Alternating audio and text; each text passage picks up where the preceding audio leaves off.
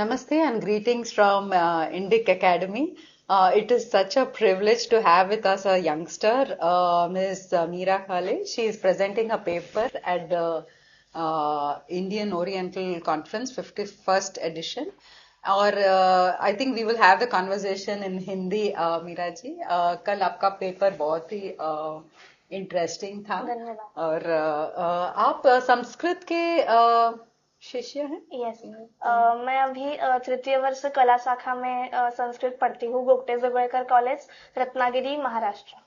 और आपकी इंटरेस्ट आयुर्वेदा और योगा में कैसे नेशनल एजुकेशन पॉलिसी अब उसका वो आई है, तो उसमें इंडियन नॉलेज सिस्टम में बहुत महत्व दिया गया है. तो मेरे अध्यापक है डॉक्टर कल्पना आठले, उनके साथ हमारी इस विषय पर चर्चा हो रही थी. मतलब वो हमें बता रही थी नेशनल एजुकेशन पॉलिसी के बारे में. तो तब हमने national education Indian knowledge system में जो विषय आते हैं, जैसे आयुर्वेदा है, गणित शास्त्र है और विमान शास्त्र और रसायन शास्त्र, बहुत ऐसे विषय आते हैं. तो तब हमने उन विषयों पर अध्ययन शुरू किया था. मतलब मेरी एक दोस्त है, उसने गणित शास्त्र में किया था, और एक है उसने भी ऐसे रसायन शास्त्र ऐसे विषयों पर किया था. तो तब मैंने आयुर्वेद सुना था और तब से मैं इसके बारे में पढ़ रही हूँ. मतलब बहुत ऐसी चीजें हैं जो हमें लगता है कि आज ही वो इन्वेंट हुई है, लेकिन जो मतलब एंशिएंट पीरियड में भी वो सब चीजें चल रही थी. तो तब मुझे पता चला आयुर्वेद के बारे में. सर्जरी जैसे प्लास्टिक सर्जरी हमें लगता है कि अभी अभी इन्वेंट हुई है, लेकिन सुश्रुता ने भी उसका डिटेल्ड वर्णन किया है. तो तब मुझे बहुत प्राउड फील हुआ कि हमारे संस्कृति में ये सब चीजों पर बहुत डीपली उस पर विचार किया गया है. तो तब मुझे ऐसा लगा कि मुझे आयुर्वेद के बारे में कुछ पढ़ना चाहिए. और तभी मैंने मतलब हमारे टीचर ने बताया कि ऐसी ऐसी कॉन्फ्रेंस है, तो आपको जाना चाहिए.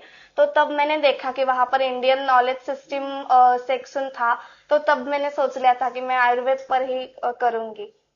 तो हम जब पहले से 12वीं कक्षा तक जब हम पढ़ते हैं बायोलॉजी, तो सभी जो टर्म्स हैं हम इंग्लिश में ही पढ़ते हैं. तो उनका इक्विवेलेंट हमें पता नहीं होता है. जैसे नेचर बोलते हैं, लेकिन प्रकृति नेचर ही नहीं है, और भी है. सो इंग्लिश के जो टर्म्स है उसके डायरेक्ट जो संस्कृतम के टर्म्स है वो इंग्लिश में ट्रांसलेट इजीली नहीं हो सकते, और बायोलॉजी में और भी मुश्किल. सो हमें जो टर्म्स है वो इंग्लिश में मालूम है. तो आपको इंग्लिश से संस्कृतम को इक्वलेंसी जो है वो मुश्किल पड़ा क्या जब आप पहले? नहीं, मैंने पहले संस्कृत टर्म्स ही मतलब मुझे पता था थोड़ा. तो संस्कृत टर्म्स ही मैंने देखे थे, और उसके बाद में इंग्लिश वर्ड्स मैंने फाइंड किए उस पर. और इसमें मुझे हमारे एक वैद्य है, वैद्य मंदार भिड़े, सो उन्होंने मुझे बहुत गाइड किया इसके बारे में. सो आपके पेपर जो कल है उसके बारे में आप बोल सकते हैं? हाँ, तो उस पेपर मेरा टॉपिक था reviewing the surgeries in ancient medical science. प्राचीन काल में बहुत सारी सर्जरीज, विविध सर्जरीज, जैसे कि स्टोन है और कैटरैक्ट एंड मिडविफरी एक्सेट्रा, बहुत सर्जरीज की जाती थी. तो उस पर उन सर्जरी के बारे में मैंने उसका रिव्यू लिया था. और नॉट ओनली सर्जरीज, बहुत सारे यंत्रास्त्र, शस्त्रास्त्र और बैंडेजेस के भी बहुत प्रकार उसमें दिए गए हैं. तो वो सब चीजें मैंने लोगों के सामने रखने का प्रयास किया था. तो जब आप सर्जरीज बोल रहे हैं, कि आप बता सकते हैं डिटेल में कि जो हम आजकल के हाई टेक इंस्ट्रूमेंट्स यूज करते हैं और इमेजरी जो वेर वेरी टेक्नोलॉजी डिपेंडेंट जो डॉक्टर्स है, वो बहुत सारे इक्विपमेंट और टेक्नोलॉजी यूज करते हैं. लेकिन आयुर्वेदा में इंट्यूशन और नाड़ी परीक्षा, जो बॉडी से इंफॉर्मेशन मिलती है उसी पर वो सर्जरी का डिसीजन लेते हैं कि क्या करनी है. तो आपको मालूम है कि वो कैसे जानकारी करते थे कि प्रॉब्लम कहाँ था? अगर आज स्टोन सिर्फ सिम्टम से करते थे या और कोई मेथड्स? इसके बारे में मुझे जानकारी नहीं है। एक्चुअली मेरा मेडिकल बैकग्राउंड हम्म नहीं है, तो मैंने सिर्फ सर्जरीज क्या हुई है ओके, उसकी ही जानकारी है। हिस्टोरिकल हाँ। एस्पेक्ट। तो आपको क्या लगता है कि आप बोल रहे हैं कि जब हमें पता चलता है कि हमारे जो वैद्यस है ये सब किया है, क्या? तो हमें सेंस ऑफ प्राइड फील करते हैं।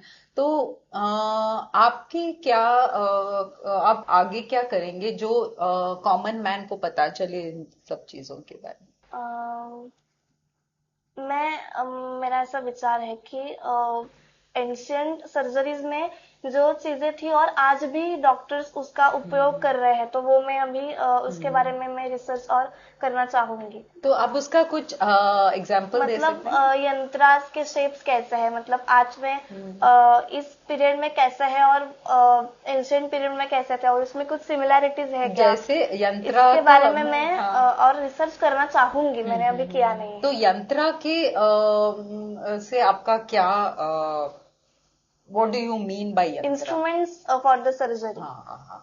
सो यंत्रास है। जो ओके, सो जो इंस्ट्रूमेंट्स उन्होंने यूज किया और जो अब भी यूज हाँ। कर रहे हैं, कोई एग्जांपल्स हैं ऐसे नहीं, मैंने उसके बारे में एक्चुअली आप शुरू मैंने नहीं किया? कंपैरिजन नहीं किया है। ओके। मैं जस्ट ये सामने रखना हम्म चाहती हूँ कि प्राचीन काल में भी विचार किया गया था। हम्म मैंने अभी नहीं किया है कंपैरिजन, लेकिन मैं भविष्य में इस पर हम्म। और रिसर्च करना चाहूंगी। तो आपको संस्कृत में इंटरेस्ट कैसे शुरू हुई?